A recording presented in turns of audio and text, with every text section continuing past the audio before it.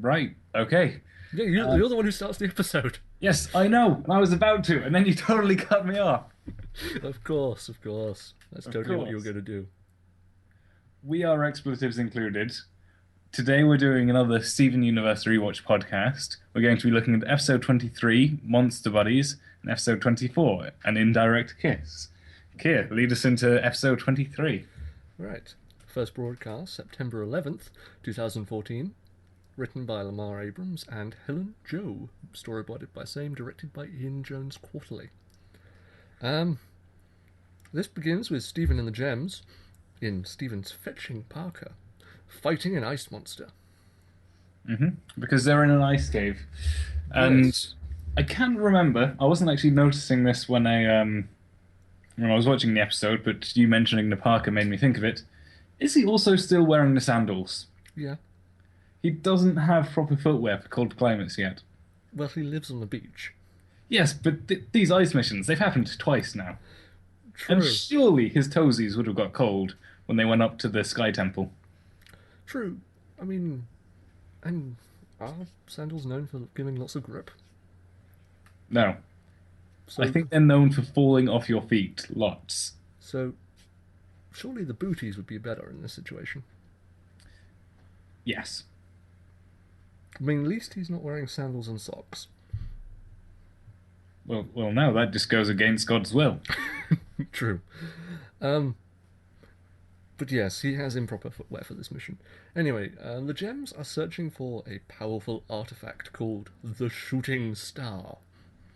Which cannot be touched by mortal hands. Yeah, Pearl gets way too into that, but that's later on. Yeah, but it just kind of. That's basically the only explanation we get of it. Hmm.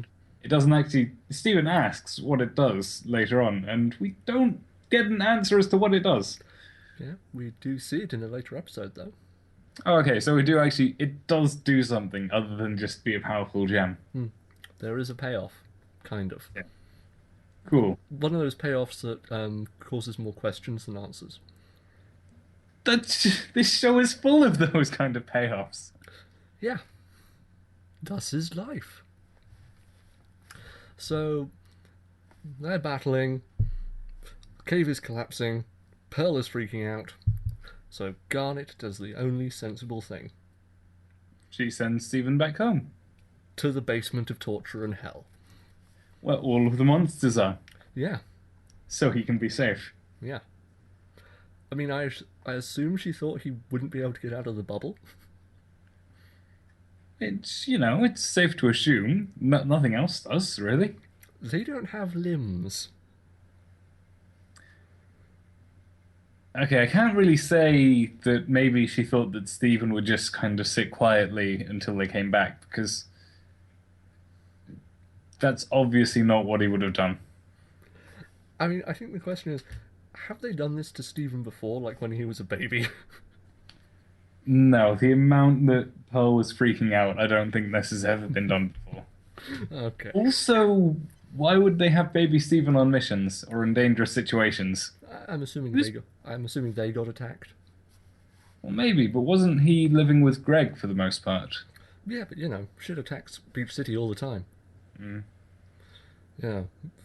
It could be like they're weekly getting together so the gems can be introduced to Stephen and get used to him. Mhm. Also, when I first saw this, I kind of like had the idea that maybe, well, we still don't have much explanation for the gem monsters, Mm-hmm. other than that they do seem to be kind of very close to the gems, in that if their physical body is destroyed, then they retreat back to their gems. I assume that's kind of what they were getting at, and it kind of gets confirmed, that theory does, in this episode when we do kind of find a gem that kind of reverts back to its monstrous form. Hmm. Um, but Let's, also just the fact that they bubble gems and then they bubble Stephen. hmm. Because he's still a gem and he's still the same things, and they do the same kind of. Well, Well, they can.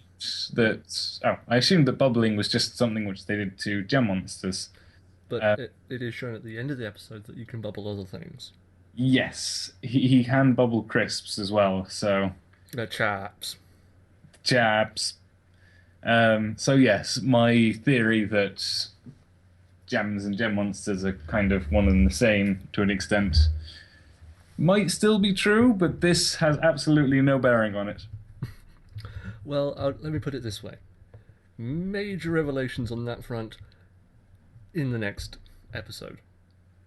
Oh, okay. Not an indirect kiss, but the one after that. The next one that I'll see, the next one that will. Yeah, in our next That's episode, fun. we'll go over that. Cool. But anyway, so Stephen's in the bubble. He does what anyone would do when you're a boy in a bubble. Pop the bubble. Well, he sort of more pulls it out. Mm. Looks weird. But There's probably some imagery there that we won't go into. I'm just going to say one word. Goatsy. Ah, man. That's the. Okay, so yeah, one word. It's done. We're moving on. Mm-hmm. Then he falls onto another bubble below him, popping it and releasing the being within. It's the centipedal From the first episode. with Cookie Cat. Yeah. He's a magical treat from outer space. Well, Something, something. Well, that's Cookie Cat, not Centipedal. I thought I said Cookie Cat. But anyway.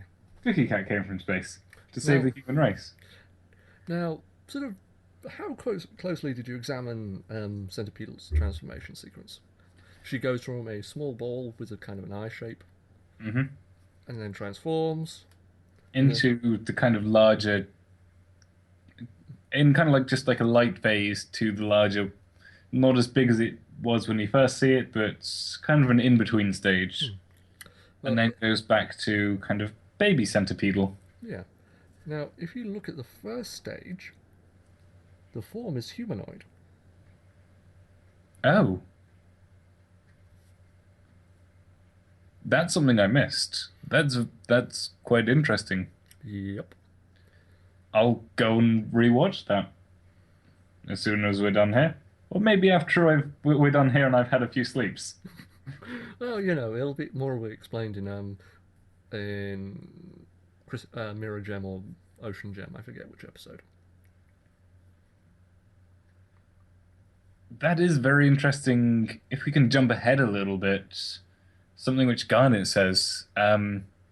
Basically, she says that Rose wanted to heal the monsters, and that maybe Stephen could at some point, because he kind of tames Centipedal. That's the focus of the episode.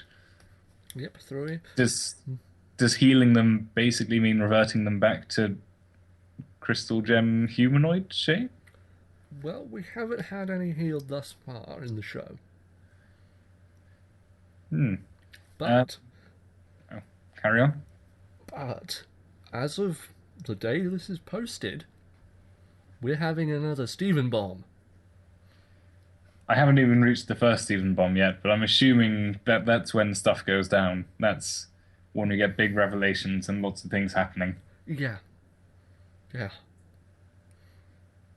The Stephen bombs are stressful. But yeah, I wasn't expecting you to say that. I thought you were just going to say something about when Pearl kind of came back out from her gem when she was hurt, when she was damaged, and kind of goes through all of her costumes. It's the same. It's the same thing. It's the same deal. Yep. Anyway, so Stephen gets to know Centipedal. Oh yes, I did also note down that Centipedal in this baby form is adorable. Yes. Most adorable. And full of acid. Yeah, kind of gross that. And it's lots of drool, lots of. But babies are full of drool. Indeed, they are. So Stephen, calms Centipedal down and kind of, they get to know one another a little bit. Then the gems come back. And freak out. And they're like, we must kill this thing. Oh my god, it's adorable! Kill it! Kill it with all the fire. But Stephen demands his right to tame the beast. which Pearl is incredibly against, Yep. but Garnet either just, well, she says that she can't say no to Stephen's face. Well, could you say no to that face? Yes. True. But, Um, but you know, Garnet's one weakness is Stephen, mhm. and Stephen exploits the hell out of that. But I'm not sure if it means just, well, if she says that just because she can't say no to Stephen, or whether she did actually want to see what would come of this because of Rose's past kind of ventures into that kind of thing. Mm-hmm. Well, you know, it could be either. Or a third option. Or option D, both, or the first two. Yeah, we have A, B, C, D, E, miscellaneous. She just wanted the lulls. We wouldn't have had an episode if she said, no, we're turning it back into a gem and we're killing it right here. End of the episode. Yay! I don't know. They still would have had to go after the shooting star. That is true. I mean, then it becomes what's that film? 127 Hours. I still haven't seen that. The one where the guy's trapped under a boulder and has to cut his own arm off. Yeah. So who do you think would have to cut their arm off? Hopefully not Stephen, because I imagine that the other gem's arms would grow back. Well, the question is, who would wait 127 hours? I think Garnet could. Garnet would just be like, oh, and pull her arm out of the socket. Gauntlet, just. She Actually, would just. actually, she has an arm free. She just crushed the rock. Yeah. So yeah, yes. Pearl is very upset. Garnet says that she would allow it, and Amethyst is just happy that Pearl is getting shot down.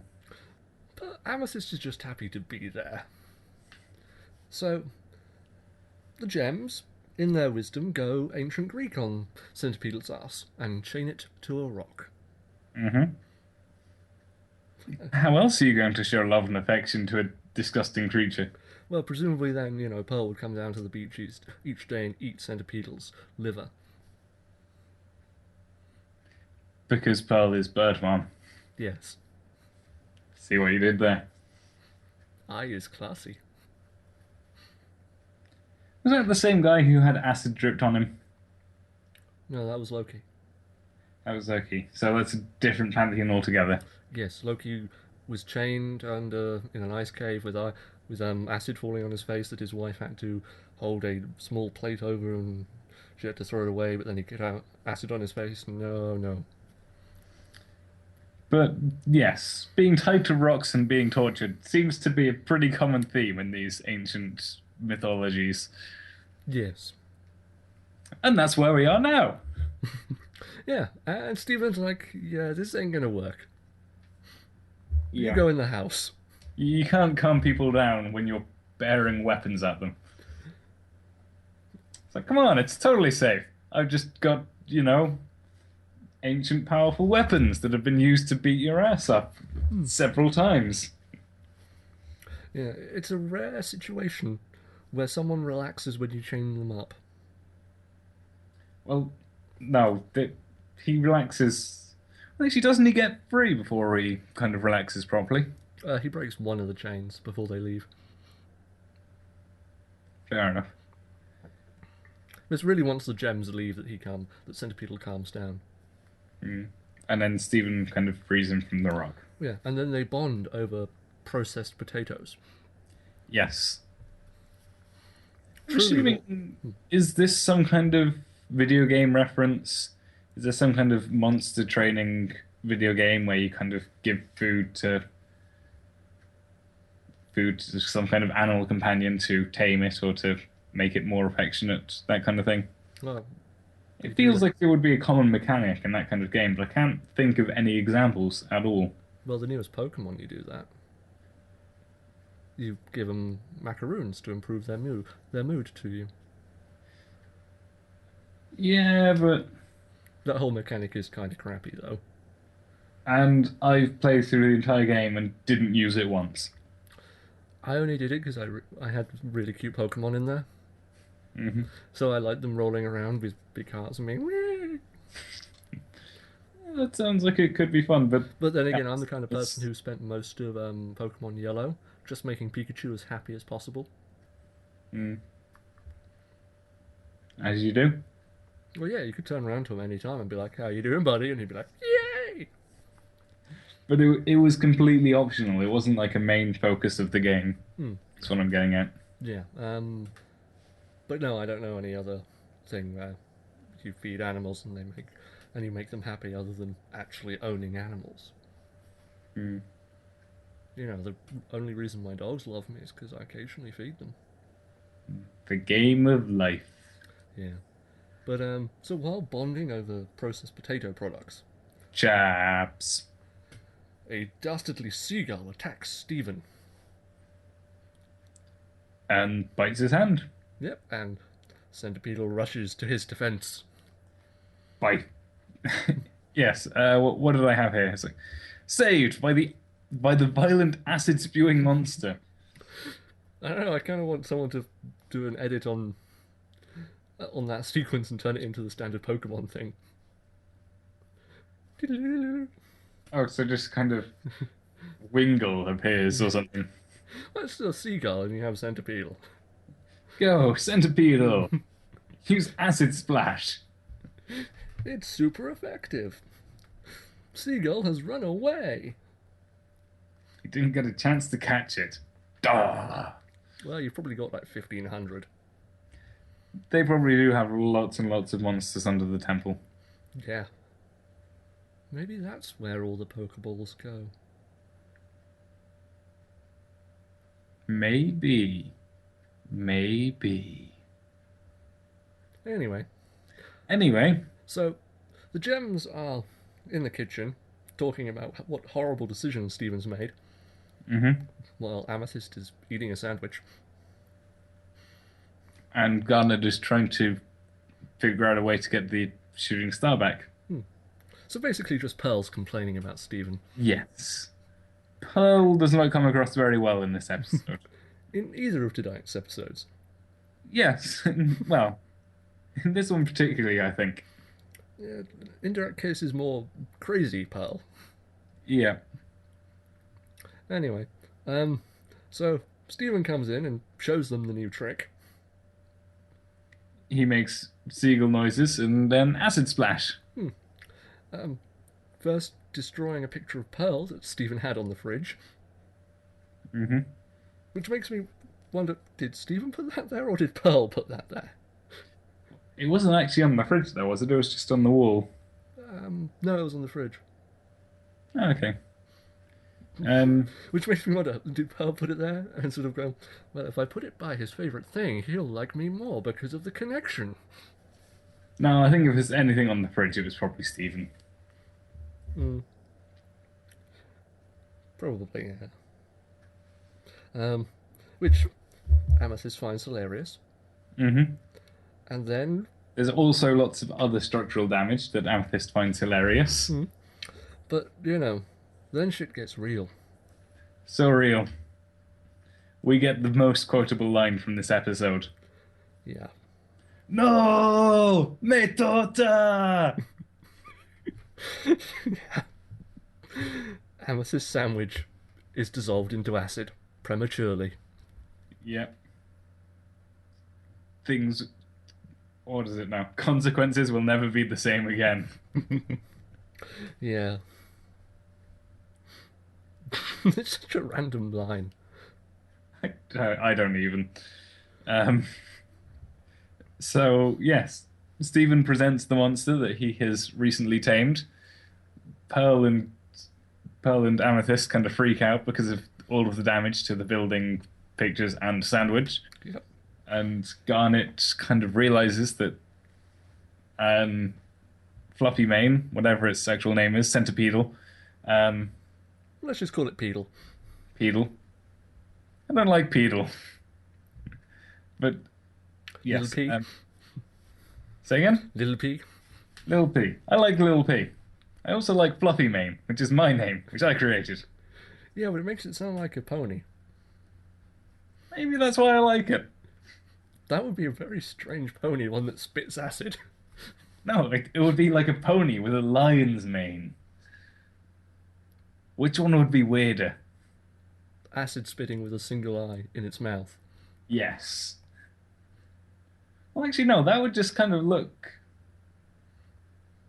I don't know. I can see that kind of thing happening in a video game, just some kind of undead horse, but with like a skeletal face, and Eyes in its mouth. just the one. Spitting acid.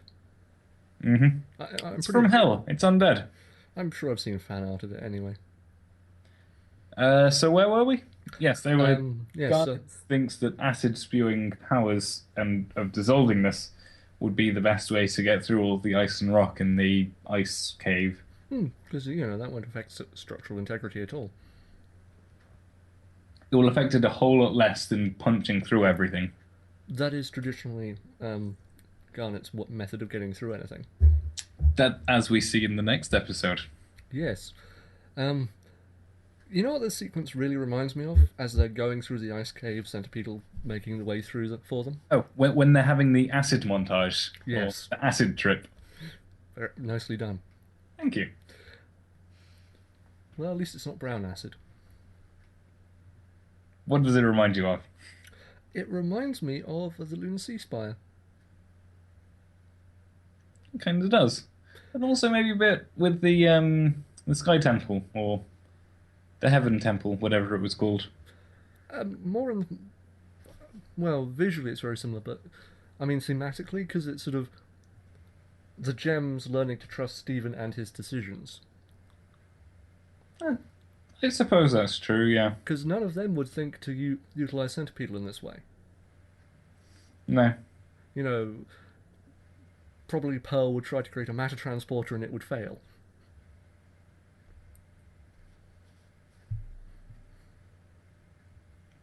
Maybe? I'm not sure, but... Well, Pearl does build a spaceship from, Greg's van in a later episode. I haven't seen that. It's one of the best episodes. It sounds awesome. Yeah. Anyway, so after the green acid montage, we get to the crystalline cave. Which is very pretty. Now we see the shooting star. Which is in, like the pool of ice water stuff. Yes, which, has to be kept at such temperatures that it has to be in ice. So, -1. If they could have said, has to be in, I don't know, liquid mercury. Well, I don't know. can't remember temperatures of state changes of specific elements. Okay, liquid oxygen then. No, ice oxygen. Oxygen ice, that's one. I'm assuming that's probably cold. Yeah. Very, very cold. Because, and it's so hot that Garnet has to use her gauntlets to pick it up. Then, Centipedal has a Nam flashback. And starts freaking out. Well, I'm assuming they do quite a lot of damage. I would be terrified if I'd been hit by them as well.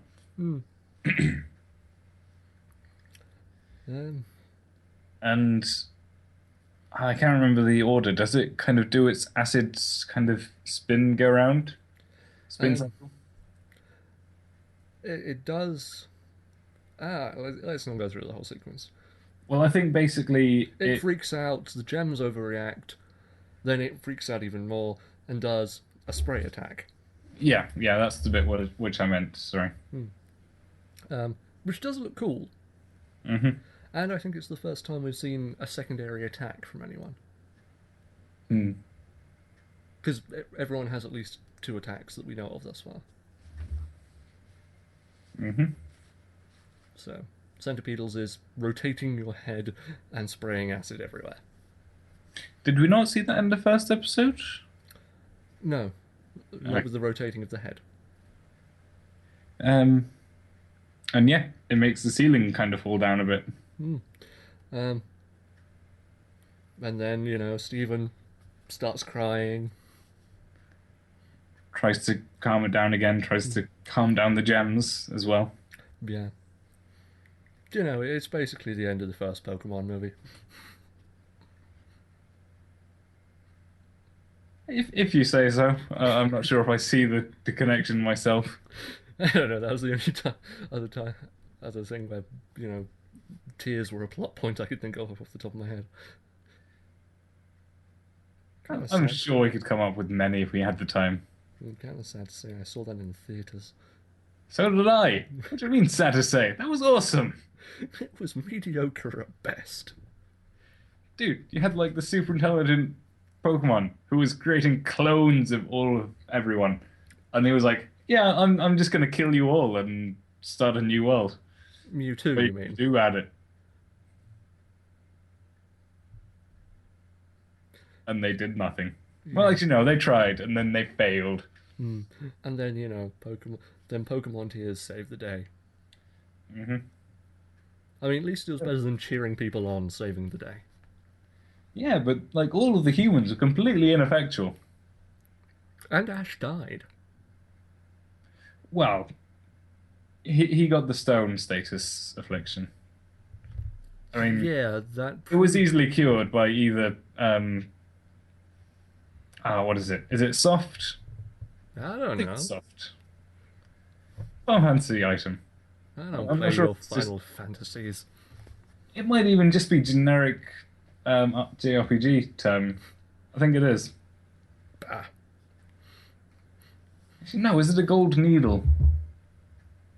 I play the Shooter Mans. Play the shooter man's. We only have one He status basically effect. It's bullet. The way you cure it? Other all bullet. bullets. It's very simple. Anyway, so in the end, Centipedal saves Stephen from a falling. Is it a stalactite if it's made of ice?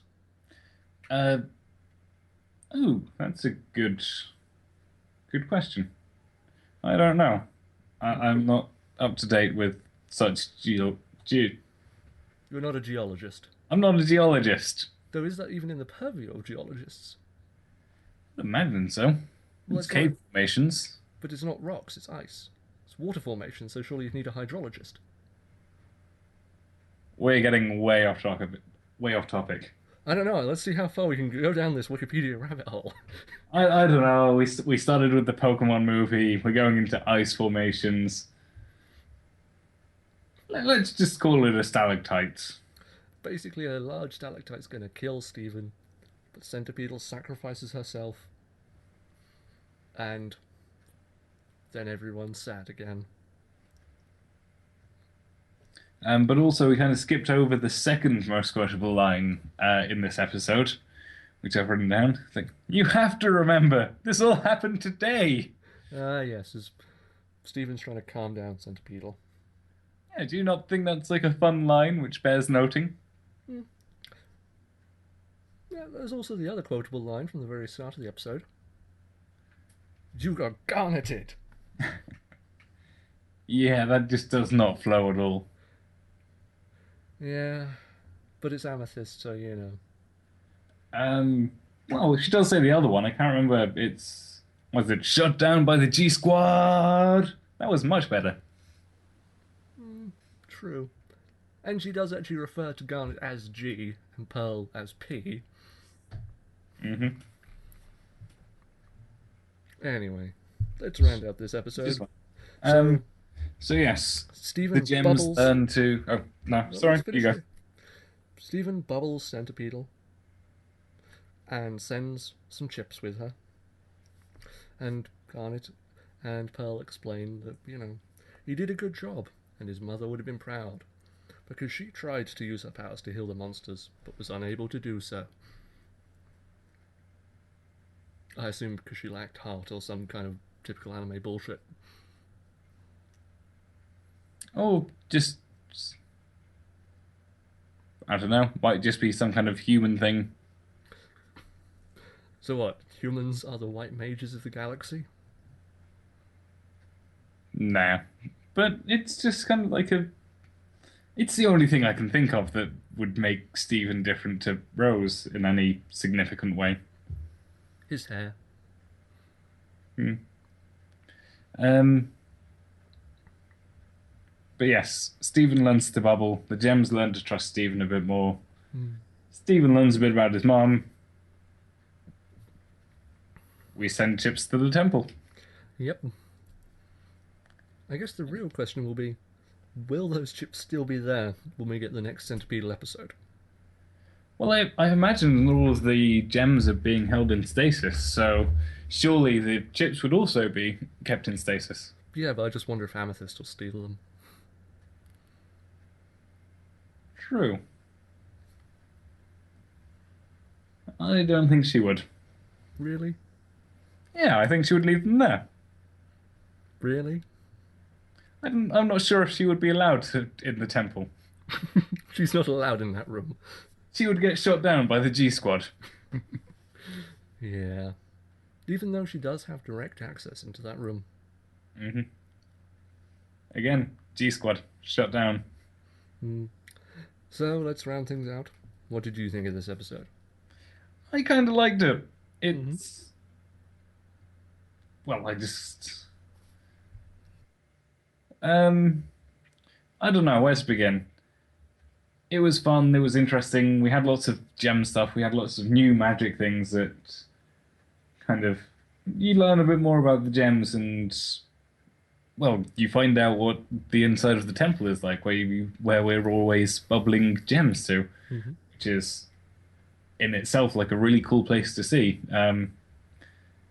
And yeah, the whole centipedal thing where we kind of go back to episode one and revisit this monster, and it's all different and new and fun and exciting. And there are kind of the bits where Steven's just kind of being silly, where he's training animals.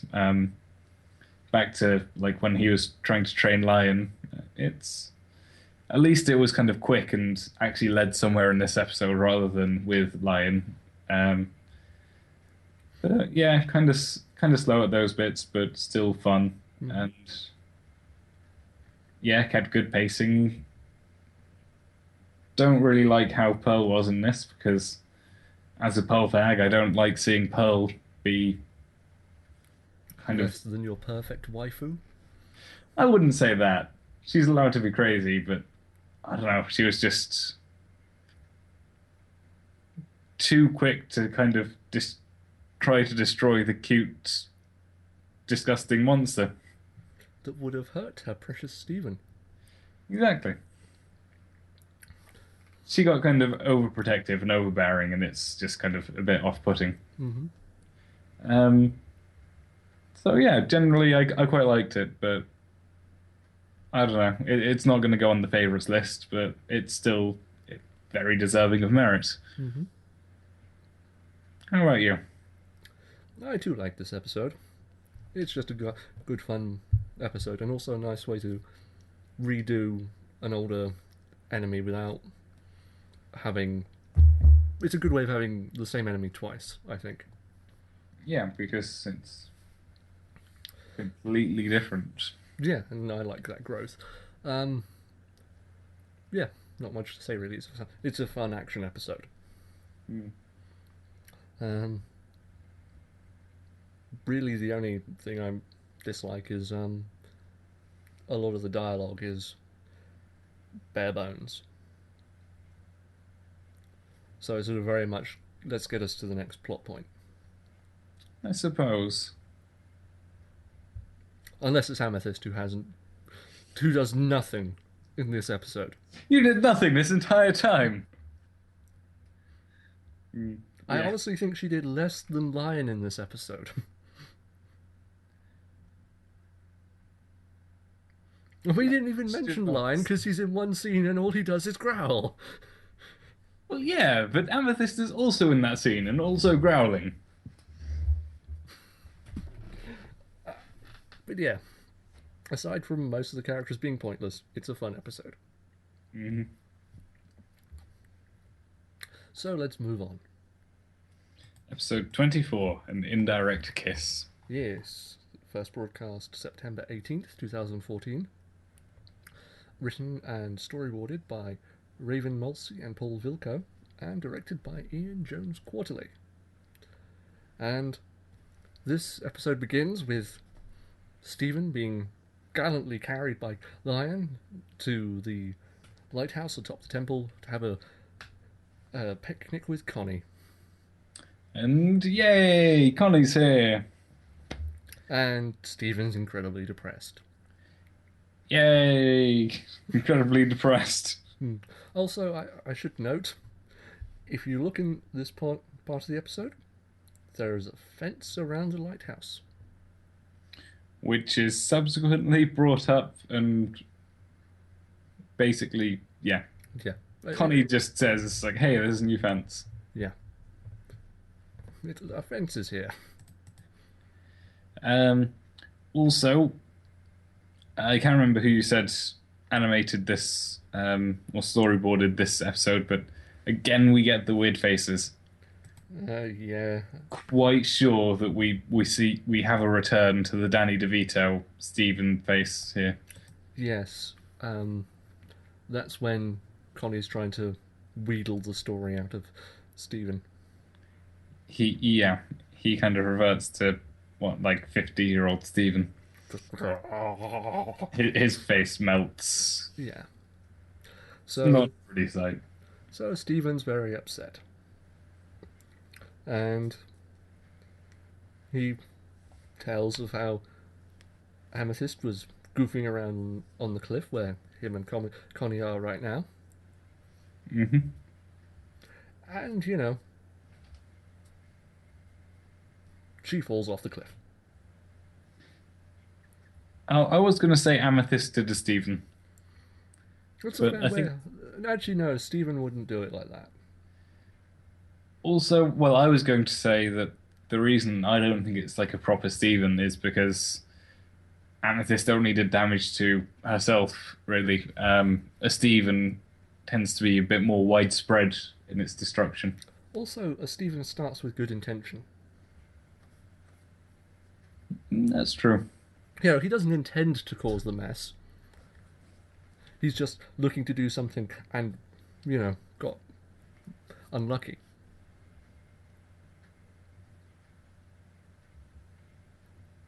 So anyway, despite her Amethyst's protestation that she's a powerful gem warrior and can't fall off the cliff, she falls off the cliff. Yep, with perfect comedic timing. Yep, and crashes into a rock with a rather nasty crunch. And this is kind of... Well, yes, she basically lands directly on her gem.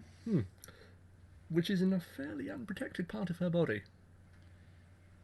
And given how long she was falling, you'd have thought that she would have been able to kind of twist and basically have somewhere less important damaged, like her spine. Or... so she just, poof, instead of cracking her gem. Which, as Pearl now explains, is basically how they die. Yes. And of course, the team lacks their white mage. Rose used to be the one to heal them with her mystical healing tears, which we were just mocking viciously in the previous episode. Yes, but Healing tears? What kind of crappy ending is that? Yeah, but Stephen's underleveled for the team. He can't heal gems. He can't heal anything. He lacks the necessary spells. I mean, he's basically level 1. The gems are level 20. I don't know. I think he's probably gained a level or two in our time together. Yeah, he's probably level 2. Or maybe he's gone from level 0 to level 1. Well, he can bubble now, so that's got to be something. Yeah, but that's probably a first level power. But yes, At this point, Pearl basically says, "We need to build a fence," in a Yes. truly kind of heroic fashion, which Stephen is narrating this story. Hmm. He's And an unreliable. Is it unreliable narrator? Is that the technical term? yep. So can we assume that maybe she didn't say it in such a kind of stoic and well, she kind of says it as if they're going on a high adventure. But to be fair, this is the point where Stephen first ends his story because the way Connie got the story out of him was asking about the fence. Yeah. And well, then that's how the fence got here. That's enough of that. Hmm. It's the dramatic end to the story. And now we get a interesting plot point. Um, Stephen asks to wear Connie's glasses, and Connie asks for Stephen's juice, Yes. which I should note is Is durian. Chekhov's juice box But no, the juice is durian flavored. durian? It's a Japanese fruit that's known for its disgustingness. Okay. The makers of the show are weebs. What do you expect? Haven't we already had something happen similar to this in a previous episode? Probably. I think we might have seen like a weird juice box with a funny title or something. Quite possibly. Hmm. Um, and so, carrying on with the flashback. Ah, yes. We kind of go back into. Well, this is where Pearl kind of explains that when one of the gems would get hurt or damaged, they would have Rose cry her healing tears, and that's basically how they got around damaged gems. But Stephen is simply too manly to cry, Hmm. despite crying earlier about snakes. They have no arms. How can they hug? Um, he does try though, and it goes into a ridiculously shoujo style with rose vines and rosebuds, rose petals, Hmm. and big glistening eyes as half the size of your face, Yeah, and also the twirl and the dance and everything yeah, straight out of something like Sailor Moon. yeah. I mean, it kind of reminded me of Rosa Versailles, but I don't know which one that is. it's an older one. Fair enough. Um, so yes, he goes through all of this weeb animation, as we shall call it, Hmm. and then nothing happens. He's too manly to cry. Yeah. And then Amethyst is like, no, I'm fine, fine, fine. I just, am broken. And then her voice goes all funny. Yeah, it goes backwards. Is I was going to ask you because you would probably know this. Does it just go backwards? Is that all it is? Yeah, it's just backwards. Is it sped up as well? Because it does sound very odd. Backwards voices do sound weird. Hmm. Because it's a reversal of the phonemes, Yeah, so it sounds very weird to our ears because it's not actually noises we can make. that's it. That's an interesting bit of information. Yep. Learn something new every day. So, they must go to Rose's sacred place. Yes. Basically, it's just like a shrine, a sanctuary with a fountain that It's a, still holds healing tears. it's a shrine to Rose's lacrimal essence. Yes. I'm not sure what those are.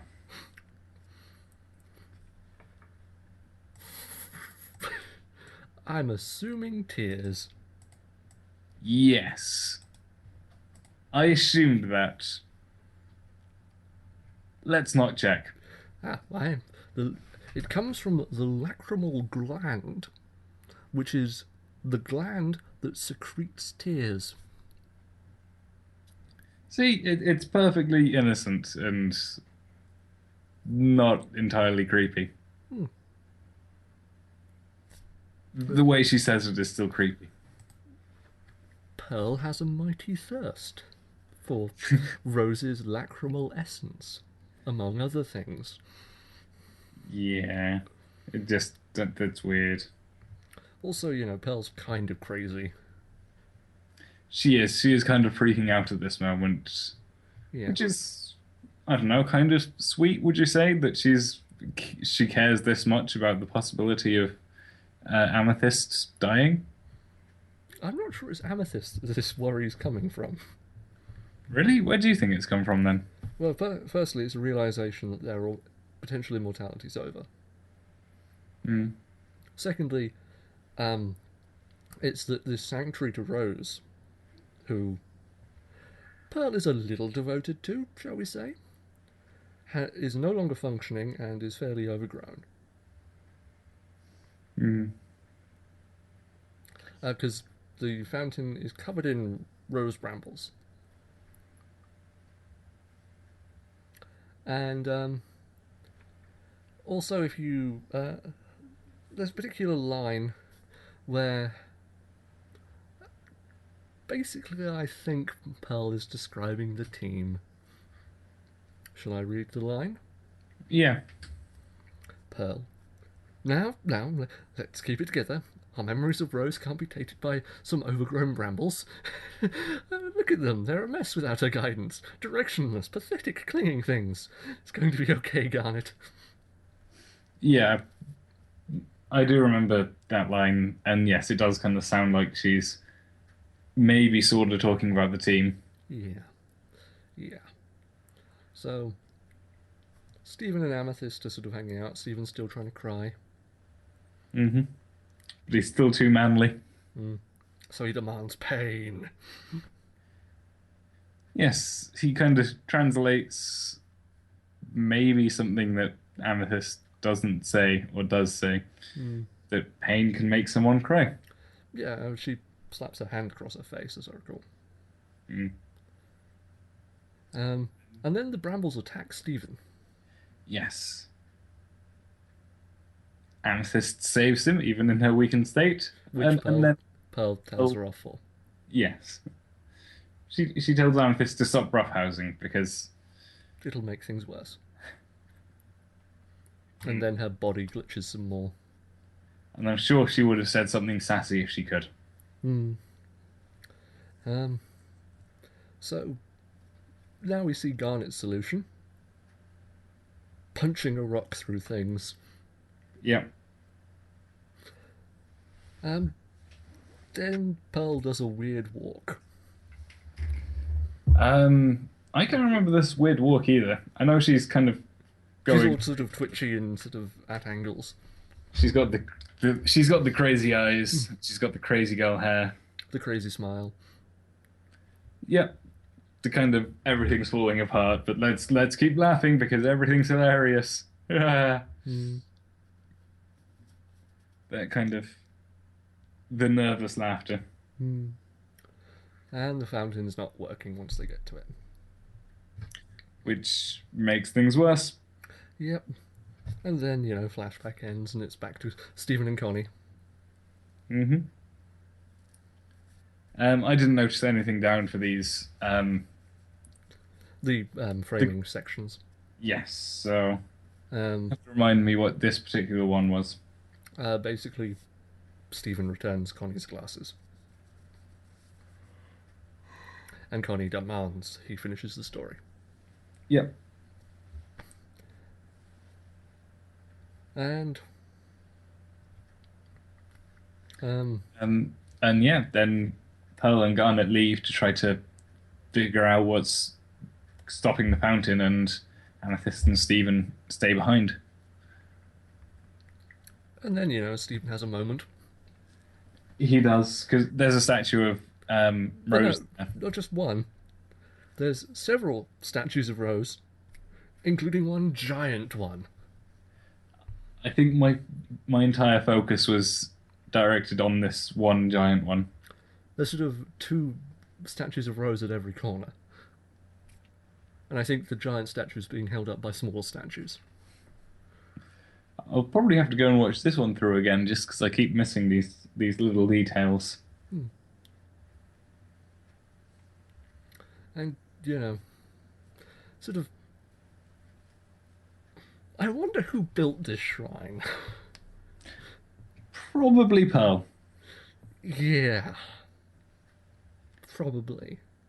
Well, because I'm not sure. I don't think I've seen these hints that she's devoted to Rose.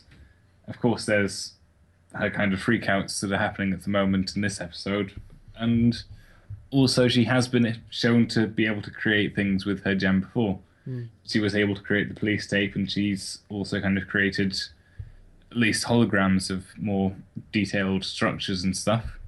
And presumably they had the technology in earlier days to create quite impressive structures. Oh, yeah, of course. Look at all the temples around. Hmm. So yeah, do you think this was like a surprise um, uh, for Rose? It was sort of like, and here's a shrine I made to you, Here's a shrine that I dedicated to your healing tears. and just them, nothing else. Wait until you see the other shrines I've made in your likeness. Those one are only allowed to be seen after dark. I kind of said it, and then I realized, and then I hoped that it wasn't going to get mentioned, and then you mentioned. Hey, I could have gone a lot worse. You could have. Thank you for not. Hmm. Anyway, so Stephen, has his moment of not sure how he feels about his mother and his responsibility. Yeah, he has his moment of the feels where he kind of gets sad about the fact that he never got to get to know his mum. Hmm. And then the temple activates. Oh no, Hmm? because he doesn't cry at this because he's like, oh come on, I was so emotional. This is when Pesos demands. Um, no, because I think then that's when all of the flowers come alive again, and Stephen and Amethyst, where Stephen drags Amethyst's kind of noodly limbs and everything into like the pool of the fountain, just to kind of try to get away from all of the tangling, crushing vines. And in doing so, her gem cracks even more, and Stephen does get kind of pushed over the edge emotionally. Wise, he starts to cry. The wuss. Well, he should have just thought about snakes again. Yeah, that could have worked. Or I'm sure there was a boomerang blade that had some kind of emotional feels to it at some point. Maybe Yeah. with Kenshiro's brother or Yeah, I'm sure there's all manner of trauma that could have affected him. mm, Um, and when he finally cries, the fountain activates. well, he cries on the gem, Hmm. and nothing happens, and he's quite upset about this. Well, to be fair, everyone's been telling him, "Oh, you'll have healing powers." Yeah, you've got Rose's gem, healing powers, magical tears. That's all you need to do. Yeah, that is your one job. You had one job, Stephen. Um, But and once the yes, what, yeah, you're right. At this point we do get the activation of the fountain, of the fountain. and the evil brambles turn back into bushes and bloom with roses. Hmm. And again, this is like a pretty great scene. Just like we've got like the stone statue of Rose, and the eyes kind of slowly open, and then tears flow out and kind of wash over the entire screen, and Hmm. kind of make everything rose tinted, and everything kind of, as you said, blooms, comes to life. Everything gets a lot more. Well, everything's been quite dark. The bushes have been creating a canvas so that no natural light was getting in. All of that kind of recedes, and it becomes a. It basically does look like a sanctuary, like a safe place, Hmm. rather than creepy and scary. Everything gets better. Yep. And, then we get the real moment of unreliable narrator. Yes. Stephen kind of, well, Garnet and Pearl come back. Stephen's like, I did it, I cried, and then that caused the fountain to come back to life. And they're like, yeah, no, you don't have magical tears, we don't need you anymore. Yeah. Well, they say that basically they cleared a blockage in the lower chambers, and Hmm. that's what got the tears started again. Yeah. So basically what they needed was a plumber. Yeah, they needed Mario. Yeah, well, he fights evil bramble monsters all the time. Yeah. Although, He's not a very good plumber, though. yeah, I don't think I've ever actually seen him do any plumbing. Well, I've seen him do carpentry and demolition work, but not plumbing. he does go down a lot of pipes, and I assume someone has to maintain that network. It's probably Luigi. It's either Luigi or the Toad people. I don't think the Toads are competent enough to do that. Well, they must do something. Mooch off the princess, Possibly. who in turn mooches off them. Possibly. I mean, I don't know the politics of the Mushroom Kingdom, Keir. yeah, I mean, they're advanced enough to have air travel, yet they appear to live in a basically agrarian society Mm-hmm. with little to no infrastructure outside of the pipes. Mm. And they have no effective police force to fight against this terrorist threat. Which is why they kind of call up all of the local plumbers, ask how much they charge an hour, and then kind of, Went with the least expensive. yeah. That's probably why Wario didn't get the job. Oh, he's more of a treasure hunter, isn't he? But is that an anti-plumber? No. What is an anti-plumber? Because he's the anti-Mario. Maybe he is quite fat, and I imagine that his diet is quite unhealthy and not fibrous. God. So he's the reason they're clogged in the first place. He blocks up toilets, yes. That's his job. That's what he's paid to do. So what does Waluigi do? Insulcisms? I don't know what Waluigi does. No one knows what Waluigi does. Maybe he just goes around and kills people. He's creepy enough. Well, yeah, and also thinking that, well, Luigi is a plumber slash ghostbuster. Well, yeah, that's why I say, does he do insulcisms? Oh, insorcism. What's an insorcism? It's the opposite of an exorcism. That's where you put You a ghost. summon ghosts. Well, that's where you put a ghost into a place. Hmm. Well, you can put ghosts into place by committing horrific murders. That is a pretty foolproof way of putting ghosts in places. Hmm. Where were we?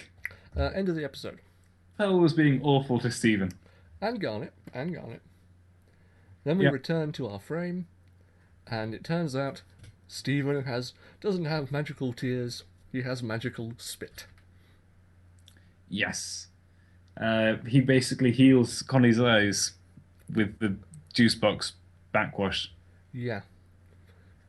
Which. Okay. Also, anyone listening who's in a band, there you go. Juice box backwash. Magical juice box backwash.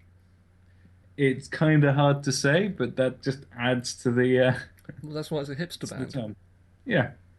You know, your album cover's just like a durian fruit juice box. Actually, no. You might chastise me for forgetting this guy's name, but the Andy soup Warhol? can guy, Andy Warhol? probably just that kind of design, but but substitute the words you use them.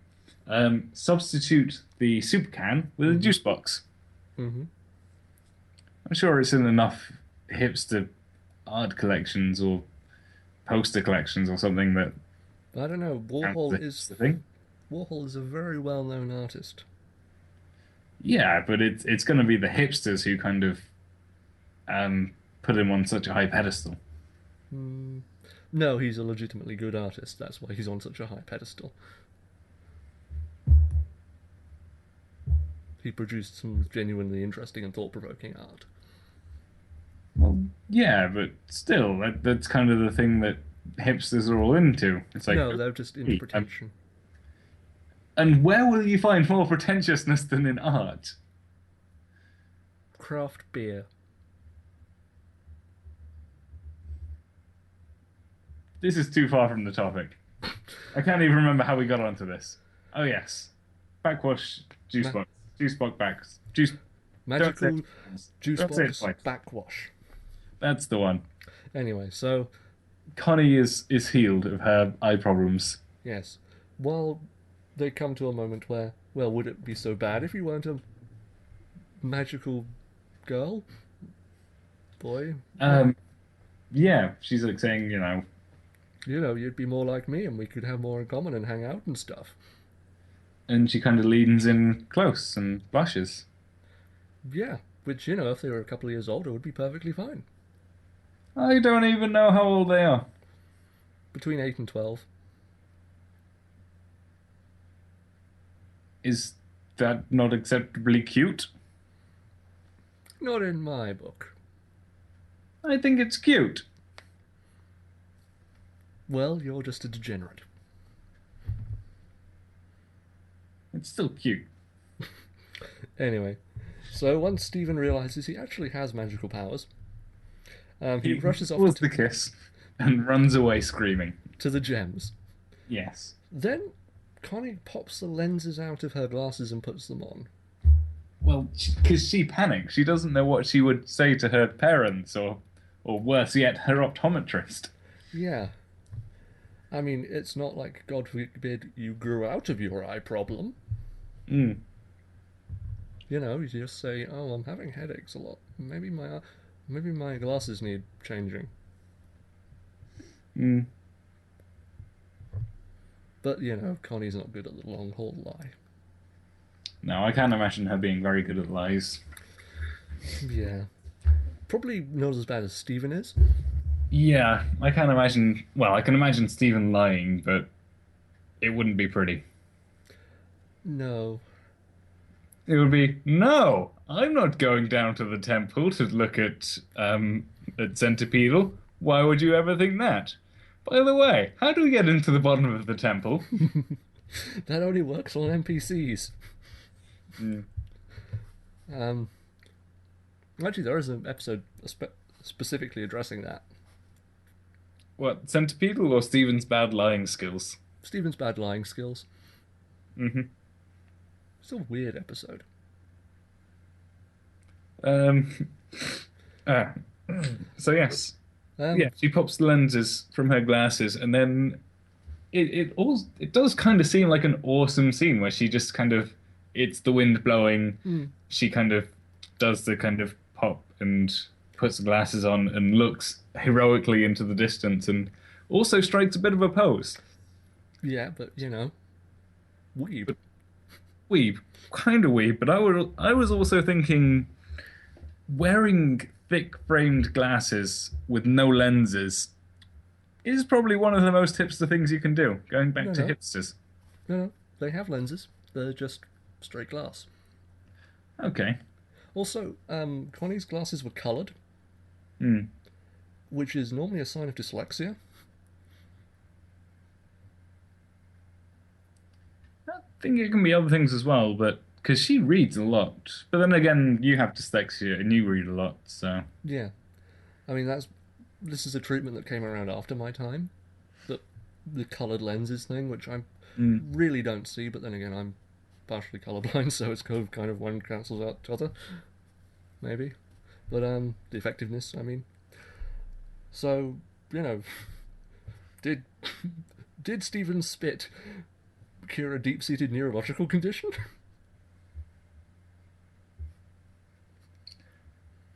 Well, even if it's not a deep-seated neurological condition, it's still like it's not a wound or something that he's healing. It's kind of deep.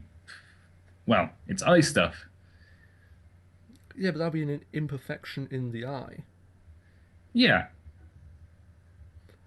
So, I, isn't like dyslexia just a air quotes imperfection in the brain? it's also got a lot of genetic factors and a few hormonal ones. It's all nerves, neurons, and Yeah, genetics. It's I suppose at the end of the day, magic. yeah. I wouldn't see one being more outlandish than the other. It depends on the nature of her eye problems. Yeah. But also, they're clearly coloured lenses, so everyone can tell. Yes, it is quite obvious. So like, and it's never brought up again thus far. But do we actually see that she's wearing the glasses without the lenses? Yeah, Okay. that it's just the frames. I mean, well, it's not the color. There's no color in the frames anymore. It Mm. might be clear glass now, but we see her with her parents wearing them. Mm. I mean,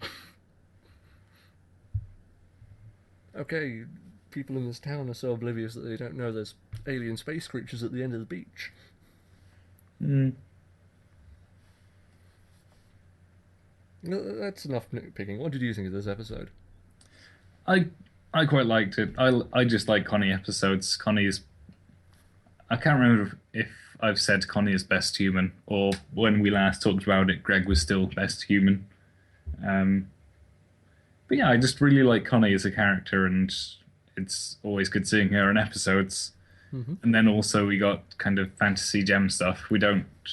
Well, we got a bit of information just about the whole gem thing, with the cracked gems and gem damage, and That new gems can powers. die. Gems can die. Uh, New powers for Steven somewhere down the line. Actually, no, yeah, he does get it. He gets the healing spit, of course. Mm. Um, so character advancement for his character sheet. Mm-hmm. It's got its silly moments, the whole forcing himself to cry thing and the weird shoujo injection with the power to heal. Um, that whole kind of weird bit, but it was it was kind of goofy fun. It was all fun. Um, Apart from Danny DeVito face, Mm-hmm. it is never what you want in your cartoons. Um, well, actually, I say that. I can't remember. I don't think I've ever seen Danny DeVito portrayed through the animated medium, but it might not be too bad. But yes, not for Steven Universe is what I'm trying to get at. That's a weird look for Steven. But yes, good jovial fun. It was a fun episode. Okie dokie. Yeah, I thought this was a good balanced episode. A lot of fun. Um, the way sort of Amethyst falls apart across the episode is really weird and mildly disturbing. I don't think it's as disturbing as it could have been, though. Yeah, I think they're really pulling back from Freiber. Yeah, Frybo and Cat Fingers and Too Many Birthdays. It's sort of Freiber was where they originally wanted the show to be in terms of creepiness, and then everyone was like, "No, that is too far." So now there's just the subtle creepiness. But then also they kind of made it a bit goofy, I think. With the talking backwards and such. Mm. Um, I find it an interesting choice to change healing tears to healing spit. Hmm. I mean, they never actually. Well, actually, as the title implies, he heals with a kiss. Hmm. Now, the term indirect kiss is a very American term. Is it? I've never heard it used outside of America. I consumed a lot of American media. I can't remember. It's an Americanism at the very least. Um, so it's a weird choice to make with the powers. I mean, of all the fluids one could produce, healing spit's probably the most innocuous. Second after tears. Yeah, I mean, healing sweat. Hmm. Need to continue. Quick to the treadmill. Healing spinal fluid. Healing. Actually, no. Healing blood is a thing. Hmm. That's what Wolverine has. I don't think that's actually no. I was going to say that's kind of different, but haven't there been situations where Wolverine has Given given blood to his people blood to heal them. Yeah. That's happened quite a few times. Okay. So yeah, I suppose like Wolverine. I'm sure Stephen would love that. I'm Wolverine when he's got spoons in his hand. Wolverines. That would be a weird crossover. Very weird. Professor X with his wheelchair stuck in the sand. Hmm. Um. You are very different from the Shi'ar. So yes, Stephen is a particularly gifted young student. Yes, but not a mutant. No. He's a hybrid. Though I think Sure, they can probably find some leeway in there. I'm sure there's been a one or two Shi'ar students in the X-Men. Hmm. Um, I do actually kind of wonder where they'll go with the thing they ended the episode on. Sorry. With the idea that Stephen will have less powers than the gems. Is that an idea that they finished it on? Well, it's something Stephen was worrying about. Hmm. And it does actually make sense because humans have no innate magical abilities, as far as I'm aware. Hmm. Oh, But he's still got Rose's gem, so he should have all the powers that that entails, shouldn't he? well, the question is how much of. Is he 100% human and 100% gem?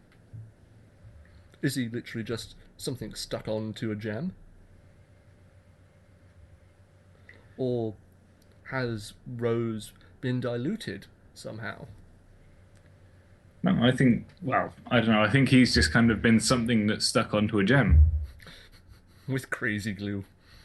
Stephen is Stephen, he's human, and then his gem is 100% gem. So, in a way, reverse umbilical cord? Maybe. Let's not divulge into that. I, well, it's a weird thing, and we don't know how far Stephen's powers may progress. But I, I, again, in the last episode, we even saw that maybe he does have powers that Rose didn't have. that's more just sociability, because he had no specific power. He's just a really nice kid. Well, no, because we didn't see any power that kind of manifested itself in an obvious way, but So the way Garnet talked about it and talked about what Rose tried to do, maybe there is, and well, and Pearl's um, kind of certainty that these gem monsters were nothing more than monsters. hmm I just from all of that, it seems like maybe just being a nice kid isn't enough to tame these gem monsters, and it was something else possibly to do with his gem. So are you saying he's got super Effectively. charisma? He's got a good charisma stat, and then the gem adds magical enchantment bonuses to that. So he's got charm monster at will. Charm gem? I don't know. No, he charms everyone. He does, but again, these are feral creatures that bred for violence, if I'm assuming correctly in my opinions, and they've already been kind of, I don't know, bred for war, and to change that, it's going to take more than just being charismatic. So he's rolled high on handle animal. Okay, sure, fine. It's just luck, and it's just charisma, and it's nothing to do with his gem. He doesn't actually have powers that Rose didn't. We don't know. Then why are you so adamant that I'm wrong? Because there's many options. Well, I mean, my premise is humans have no additional powers. Hmm. You know, the gems are superior to the humans in every possible way. Okay. So, how does adding something inferior to a superior make more superior? If you overspecialize and you breed in weakness, That's a question that has many complicated answers hmm. because, But again, it has answers. So. well, yeah, there's been things suggested that have got fan theories, and I subscribe to one or two of them because they're interesting. Hmm. The idea that, well, do you want me to say it? Um, no. I think I am running low on energy. I think we should probably call it a night now. Okie dokie. Though, Well, if it kind of comes up again, then or yeah. yeah, in a more suitable episode. Well, it's brought up episode 46. Okay, what's your favorite theory then? No, it's fine. We'll bring it up then. It's an interesting theory unless it's been disproven by then. Hmm. So If anyway, it's an interesting theory, we can still cover it and just kind of say this is an interesting theory. It's wrong. no, talk us out. Okay. Thank you for listening today. We've been Expletives Included. I've been Dan. I've This has been Keir. I paused to let you speak, and then you didn't, and then I spoke, and then we did it at the same time. Just throw my hands up in the air. good night. Good night.